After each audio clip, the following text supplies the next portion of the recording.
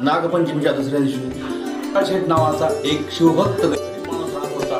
त्याच्या शिवभक्तीने पावन होऊन शिव महादेवांनी त्याला दर्शन दिले आणि तुला काही चितवर माग असं म्हणाले. तेवढा शेठाने शिव महादेवांना मला राजा करा असं म्हणाले. शिव महादेव म्हणाले तुझ्या कर्मभोगानुसार जे असेल तर तुला राजा करता येत नाही, परंतु तुझी शिवभक्ती पाहून मी तुला औटघटकेचा राजा करतो. त्यानुसार शिव महादेवांनी त्या शिराळ शेठाला औटघटकेचा राजा केलं आता राजा करून तू काय करणार असं शिव महादेव म्हणाले. तेव्हा तो म्हणाला की तुम्हीच वर देऊन माझ्या प्रजेला सुखी समाधानी सुजलाम सुफलाम आणि वर देऊन संपन्न करावं.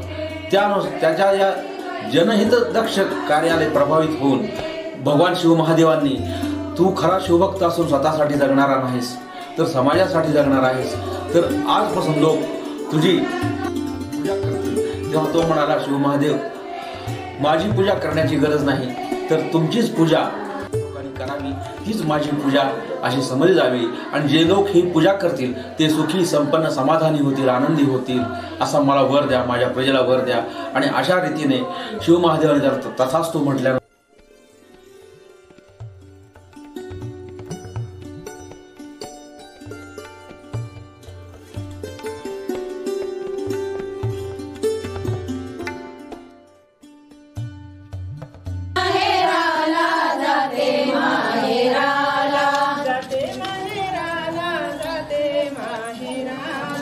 जाते माहेराला जाते माहेराला विठू माऊलीला जाते भेटायला विठू माऊलीला जाते भेटायला जाते माहेराला जाते माहेराला माझ्या साऱ्या गवळणी नको जाऊ बाहेर जमा झाल्या साऱ्या गवळणी नको जाऊ बाहेरी.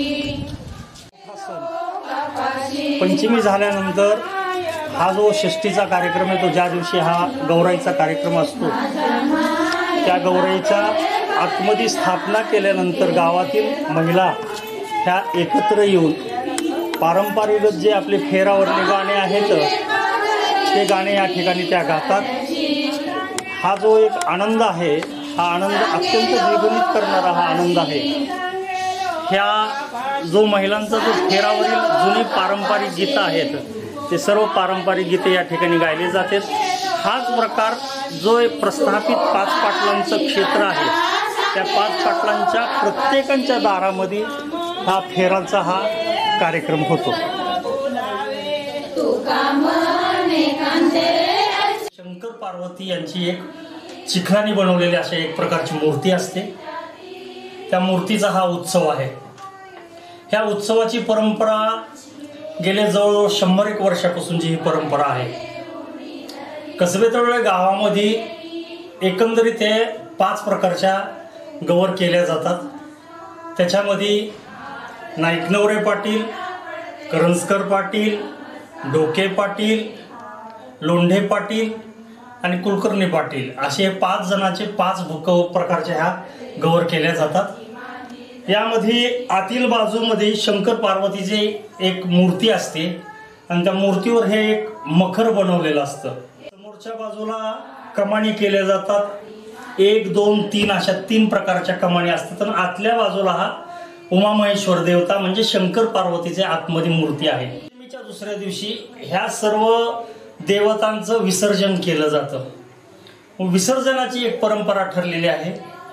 पहिल्यांदा नाईकनवरे पाटलाची यांची जी गवर आहे ते गावातनं वाजत गाजत मिरवत गावातील जो मुख्य चौक आहे ह्या चौकामध्ये जाऊन थांबते. गवर उचलताना गावातले जे 5 पाटील आहेत अथवा बाकीचे जे काही मान्यवर लोक आहेत हे त्यांच्या घरी येतात.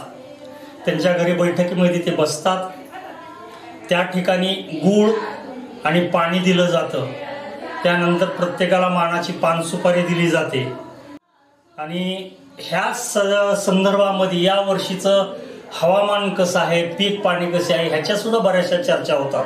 चर्चा झाल्यानंतर एक पिढी जात जो एक जण चालत आलेला आहे तो ही गवर आपल्या डोक्यावर घेतो आणि त्या दरवाजाच्या बाहेर पडून चौकात जाऊन ही भुलई एका जागी थांबते. त्यानंतर दुसरा जो मानाचा भुलईचा प्रकार आहे तो आहे करंजकर पाटील यांचा. त्या ठिकाणी हीच परंपरा होती की घरी जाणं, गुळ पाणी घेणं, सुपारी पान सुपारी घेणं, वाजत गाजत चौकामध्ये येऊन थांबणं. असं करत करत एक करत करत यानंतर करंजकर पाटील झाल्यानंतर त्याच्यानंतर लोंढे पाटलाची भुलई जाते, कुलकर्णी पाटलाची भुलई जाते आणि शेवटची डोके पाटलांची भुलई जाते. 4ही 5ही भुलया वळीने एकसारख्या ठेवल्या जातात त्या ठिकाणी. गावातले लोक कुतूहलाने ह्याच्याकडे पाहण्यासाठी येतात की कुणाची सुंदर कलाकुसर झालेली आहे. ह्या सर्व भुलया सर्व परत तेच मानकरी आपापल्या मस्तकावर घेतात. तिथनं मारुतीला एक प्रदक्षिणा होते. मारुतीला प्रदक्षिणा झाल्यानं मारुतीवर जाताना मारुतीच्या वरनं खाली उतरताना एक प्रकारचं विहंगम दृश्य असतं की जे सर्व लोक आवर्जून पाहतात. तो समुदायाने पुढे हे भुलई अशी करत करत करत विसर्जन ठिकाणी जाते. एखाद्या विहिरीमध्ये ज्या मखराचं व आतल्या उमामहेश्वर देवतेच्या प्रतिमेचं विसर्जन केलं जातं. हे मखर आणि हे भुलईचा हा जो प्रकार आहे हा प्रकार अत्यंत दुर्मिळ आहे आणि हा ठराविकच गावामध्ये हे प्रकार आहे. ह्याच्यानंतर हे विसर्जन झाल्यानंतर परत सर्व लोक आपापल्या घरी येतात. जे महानाची ज्यांच्या डोक्यावर भुलई असते त्यांना एक ओंजळीमध्ये एक पाठीवर लाह्या घातल्या जातात, डाळ खोबरं दिलं जातं आणि त्यांची या ठिकाणी भोजन वगैरे करून त्यांची बोळवण केली जाते. अशीच ही अखंड चालत आलेली परंपरा आहे. गेल्या 4-6 पिढ्या ही परंपरा पुढे चालवत आहेत आणि आम्ही सुद्धा डोके पाटलाचे कुटुंबातले सर्व कार्यकर्ते, सर्व मुलं, नातवंड वगैरे ही परंपरा अखंड अशी पुढे चालू देत आहोत. ईश्वरचरणी प्रार्थना ही परंपरा अखंड अशीच चालू राहते.